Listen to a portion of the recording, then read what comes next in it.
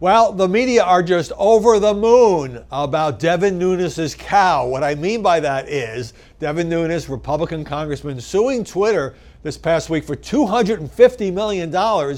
He's upset at all the shots being taken at him on the social network. Who isn't if you're on Twitter? But particularly by these anonymous accounts, one of which is called Devin Nunes' cow. There's also Devin Nunes' mother, and there's a Republican consultant, Liz Mayer, who actually uses her real name in her criticism of anybody she wants to criticize. So I'm not sure that the congressman has much of a legal case, because when you are in the public eye and you are on Twitter, certainly you are putting yourself in the line of fire.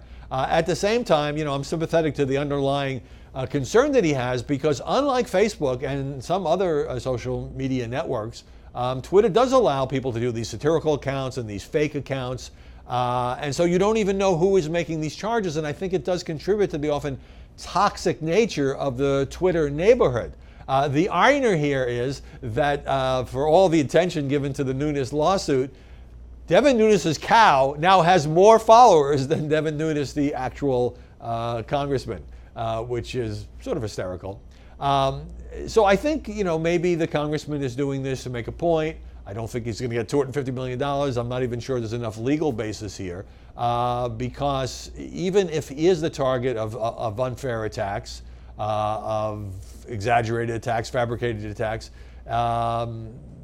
Twitter, I think it would be hard to hold Twitter responsible, because Twitter basically says we're an open forum, and except for certain areas like hate speech and bullying, and the problem is, where do you draw that line? Twitter doesn't really take responsibility for what most people write, even a cow or a non-existent cow.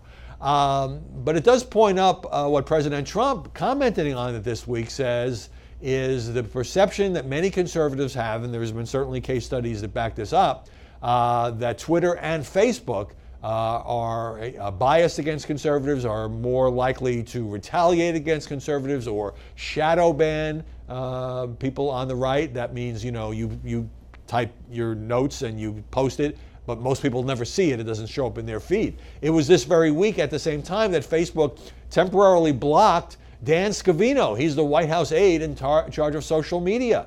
What was he doing? What dastardly deed did Dan Scavino commit? Well, he was responding to a reader's comment.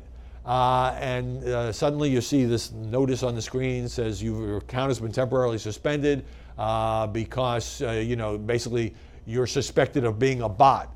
Now, if Mark Zuckerberg's company can't distinguish between, these automated, perhaps suspect, perhaps Russian bots and a senior White House official, then there's a serious problem there. And Facebook then reversed the block, restored the account, apologized to Dan Scavino. But this just fuels the perception that if you're on the Trump team, if you're a Republican, if you're a conservative, if Facebook is faster than it might otherwise be to take action against you. Maybe this was an algorithm mistake or something, but it sort of points out, if those kind of mistakes are being made, and even somebody who works in the White House can get the account suspended without much of an explanation or anybody checking with that person beforehand, then Facebook has a problem.